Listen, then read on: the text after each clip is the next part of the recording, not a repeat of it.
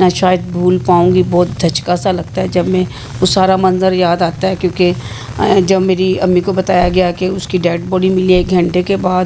پھر سب سے یہاں میں ایک بات بہت ہی اہم کرنا چاہتی ہوں, کیونکہ وہ سویا ہوا تھا اور گھر سے اس کا ایک دوست اور ایک اس کا کزن تھا جس کو بلا کے لے کے گئے, اور 1 گھنٹے بعد انہی نے آ کے جب کہا کہ اس کی ڈیڈ باڈی ملی ہے, تو پورا جو وہاں پہ کمپاؤنڈ تھا, میں ایم کالج کی بیک سائڈ پہ رہتی تھی, ہم لوگ بچپن ہمارا وہاں گزرا ہے, ہماری شادی وہیں ہوئی ہیں. تو وہاں پہ جب لوگوں نے سنا تو وہ سارے they are all of standing with my mother کہ ہم آپ کے ساتھ کھڑے ہیں, آپ ان کو سزا دلوائیں. تو میری ماں نے وہاں پہ کھڑے ہو کے یہ بات کہی کہ میرا بیٹا جو ہے وہ مر گیا ہے, صحیح, اور میں دوبارہ دوسروں کے بیٹے کو مارنا نہیں چاہتی. انہوں نے تسلیم کر لیا انہوں نے جی اس بات کو. انہوں نے کہا کہ پاک کلام میں لکھا ہے کہ معاف کرو تو تمہیں بھی معاف کیا جائے گا. آپ سوشل جو خدمت ہے کس طرح سے آپ آئے عام لوگوں کے لیے, غریب عوام کے لیے؟ میں جب بچپن میں تھی, بچپن سے ہی جب میں نے یہ سارے دکھ دیکھے اپنے گھر سے میں سٹارٹ کروں گی, میں یہ نہیں کہوں گی کہ آئی واز لائک دیٹ. تو اس کے بعد میری زندگی میں یہ چینج آ گیا. میں نے کہا کہ میں کانوینٹ میں جاؤں گی ننس بننے کے لیے, اور میں شادی نہیں کروں گی. اور میں گھر میں ہی تھی, تو میں سنڈے اسکول خود کرایا کرتی تھی اور لوگوں میں جایا کرتی تھی. ایک یہاں پہ میں آپ کو بتا, جب میں سینٹ جوزف اسکول میں پڑھتی تھی تو تب میں نے جب خدا کو کہا کہ میں اس وقت نہ میں کہیں اور تھی, میں اس وقت جسٹ میرا جو مائنڈ تھا اس وقت پراپر خدا کی طرف تھا, کیونکہ میں خدا کو ہی اپنا دوست, خدا کو ہی اپنا سب کچھ مانتی تھی. آمین. تو میں نے وہاں پہ میں نے کہا کہ لوگ مجھے دیکھیں نا, لوگ مجھے یہ نہ کہیں کہ میں کہیں غلط لائن پہ نہ چل جاؤں. تو میں نے اپنے جتنے میرے کلرفل کپڑے تھے میں نے ان کو پیک کیے. یہ میری بڑی سیکرٹ سی بات ہے, یہ میں آج آپ ڈکلیئر کر رہی ہوں. اور وہ میں کرتی تھی, اس کو پیکنگ کرتی تھی, اور میں اسکول کے جو تھا اسٹیڈیم گراؤنڈ تھا اس پہ, وہاں پہ صبح سب سے پہلے جاتی اور وہاں پہ رکھ دیتی کہ تاکہ کسی کو پتہ نہ چلے کہ یہ کپڑے میں نے رکھے ہیں. یہ سوشل ورک کا جنون تھا کہ میں یہ کروں. اور آپ نے اب تک کتنے لوگوں کو جو ہے یا کتنی فیملیز کو جو ہے وہ سپورٹ کیا ہے؟ کہتے ہیں charity begin at home. Okay. میں نے اپنے گھر سے سٹارٹ کیا, کیونکہ میرے ارد گرد جو لوگ تھے وہ کافی ضرورت مند تھے, جو ان کو میں نے دینا شروع کیا. جی میں ہر کرسمس پہ اپنی پے میں سے پیسے بچاتی اور پارٹی کرتی, اور میں پورے اپنے جتنے بھی خاندان, چھوٹا گفٹ ہو یا کچھ گفٹ ہو, میں ان کو ضرور دیتی تھی. پھر آپ نے کوئی آرگنائزیشن بھی آپ نے اسٹیبلش کی؟ جی. سب سے پہلے میں جب گئی تو میں CDS ایک تنظیم تھی جس کو میں نے جوائن کیا. اس سے پہلے جب میں کام کرتی تھی تو اس سے پہلے میری اپنی تنظیم تھی فیملی لائف اپنی. میں نے کوشش کی. جب میری شادی ہوئی 2007 میں میری شادی ہوئی, ٹھیک ہے, تو 2007 میں میرے ہسبینڈ کی آلریڈی فیملی لائف منسٹری تھی, انہوں نے اپنی وہ پاکٹ سے ہی لگایا کرتے تھے. تو پھر اس کے ساتھ میں نے اس میں سے ہم دوسروں کی ہیلپ کیا کرتے تھے. ایوری کرسمس میں میں راشن دیتی تھی 10 بندوں کو, اور ایسٹر پہ ہم بوڑھے لوگوں کا کھانا کرتے تھے, لیکن ایسے کرتے تھے کہ جیسے کہ وہ کوئی VIP لوگوں کے لیے کرتے, ان کے ساتھ بیٹھنا اٹھنا تھی. ڈائریکٹر آف سنڈے اسکولوں کی ڈائریکٹر انہوں نے مجھے منتخب کیا, اور میں نے سنڈے اسکولوں پہ بہت کام کیا. لاہور میں میرے 5 سنڈے اسکول تھے, اور اس کے بعد انہوں نے مجھے ایز جنرل سیکرٹری منتخب کر لیا. میں ٹرانسلیٹر بھی کرتی تھی. جو مجھے کوئی میرا نام لیتا تو میں کہتی ڈونٹ سے, مجھے باجی کہیں یا مجھے سسٹر کہیں. تو یہ میرے اسٹیکمنٹ سے لوگوں نے مجھے دیکھا, تو وہاں پہ مجھے تقریباً 1000 لوگوں کے سامنے انہوں نے مجھے ایز اے مدر کا ایوارڈ دیا کہ یہ مدر ہے. تو انہوں نے کہا, اس کے بعد لوگ مجھے, اور میں یہ سمجھتا ہوں کہ یہ مدر کا ایوارڈ جو ہے وہ ایک اعزاز ہے, کیونکہ کوئی بھی عورت جو ہے اس کی زندگی کا سب سے خوبصورت لمحہ وہ ہوتا ہے جب وہ ماں کا درجہ حاصل کرتی ہے. میں شکر گزاری بھی کرتا ہوں خدا کی کہ خدا نے آپ کو اس بات کے لیے چنا. پھر آپ نے ایک انٹرنیشنل منسٹری جو ہے اس کو جوائن کیا. بائبل میں بہت پڑھتی تھی, بار بار اسٹڈی کرتی تھی بچپن سے چائلڈہڈ, اور میری اسٹڈی بھی تھی کیونکہ میں کانوینٹ میں پڑھی تھی. اور اس کے بعد جب مجھے پاسٹر بیری ملے انہوں نے ایک پروگرام کیا ہمارے گھر میں ویڈیو پہ.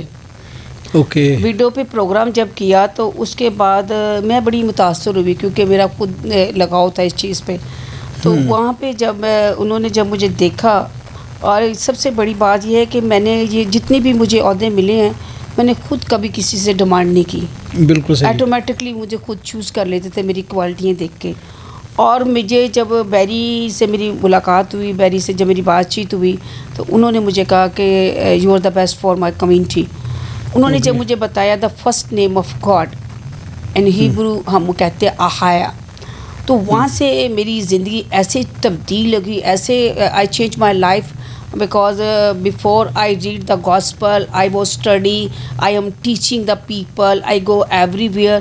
But when that Pastor Barry teach me the first name of God, that totally my life changed. تو پاسٹر بیری جو ہے اس وقت پاکستان میں تھے یا ادھر سے انہوں نے آن لائن ہی آپ کو یہ ساری چیزیں جو ہیں وہ ٹیچ کی؟ He never been in Pakistan, but online in the video call. Okay. He was taking my classes and he was teaching me like that. And then he said to me, جو میں چاہتا تھا کسی اور سے توقع کرتا تھا، جو ان کے ڈائریکٹر تھے، تو وہ میں نے آپ سے پایا ہے. میں نے یہ نہیں سوچا کہ میں اپنی حد تک اس کمیونٹی کو رکھوں. میں چاہتی تھی، اور نہ میں نے کبھی یہ سوچا کہ سم باڈی سے لوگ میری لیگ پولنگ کرے گا. میں کہتی ہوں کہ جہاں جس کسی نے میرے مقام پر آنا ہے، میں نے آگے پتہ نہیں کہاں چلے جانا ہے. اور میں نے کوشش کی، اور میرے ذہن میں یہ تھا کہ خدا نے 12 شاگردوں کو چنا اور انہوں نے 2 کر کے بھیجا، اور میں چاہتی تھی بہت زیادہ کلیسیا بنے. اور پھر میں نے وہاں سے ینسن آباد سے ہمارے جو ہے وائس پریزیڈنٹ ان کو چوز کیا. وہاں پہ مریم ہے، عامر ہے، پھر طارق جو ہے ہمارے یوتھ کے ڈائریکٹر وہ ہیں پریزیڈنٹ ہیں، اور ان کو چوز کیا. ریحانہ جو ہے وائس پریزیڈنٹ. ان سب کو میں نے اکٹھا کیا اور یہ پھر ان کو اور ایک ٹیم آپ نے تشکیل، ایک ٹیم میں نے منتخب کی. کوئی پیغام آپ دینا چاہتے ہوں ہمارے ناظرین کو؟ جی ضرور. میں ان کو، اپنے تمام دیکھنے والوں کو مسیح میں سلام پیش کرتی ہوں، اور میں ان سے ریکویسٹ کروں گی، کیونکہ یہ جو ہے ٹروتھ ود طارق سراج چودھری بہت اچھا پروگرام ہے، اور ان کے ذریعے سے میرا جو پیغام آپ تک پہنچ رہا ہے، میں دعا مانگتی ہوں کہ خدا ان کو مزید اور کامیابی عطا فرمائے. میں میرا خاص پیغام یہ ہے کہ زندگی میں کبھی ہار نہ مانیں. بہت ساری مشکلاتیں آتی ہیں، آپ گرتے ہو پھر اٹھ جاتے ہو. جب ہم زندگی میں ہار مان جائیں گے پھر ہم زندگی میں کامیابی حاصل نہیں کریں گے. تو ہمیں پہلی بات تو یہ ہے کہ ہمیں ایمان میں کبھی کمزور نہیں پڑنا چاہیے. تو میری یہ ریکویسٹ ہے کہ جتنے بھی مسیح ہیں یا جتنے بھی کسی بھی مذہب پہ ریلیٹڈ ہیں، اپنے ایمان میں قائم رہیے گا. ایمان ہے تو سب کچھ ہے، اور ہمت نہیں ہارنی چاہیے. جب ہم ہمت نہیں ہاریں گے تو زندگی میں ضرور کامیابی حاصل کریں گے. آمین. ناظرین، ہمارا آج کا یہ programme the truth with Tariq Chaudhry اپنے اختتام کو پہنچتا ہے. ہمارا یہ سچ کا سفر جو ہے یہ اسی طرح جاری و ساری رہے گا. آئندہ کسی اور مہمان شخصیت کے ساتھ ایک نئی ایپیسوڈ میں، ایک نئے پروگرام میں آپ سے دوبارہ ملاقات ہوگی. مجھے اور میرے کیمرہ مین طارق پیارا صاحب کو اجازت دیجیے. اگلے پروگرام میں پھر ملاقات کریں گے. پاکستان زندہ باد.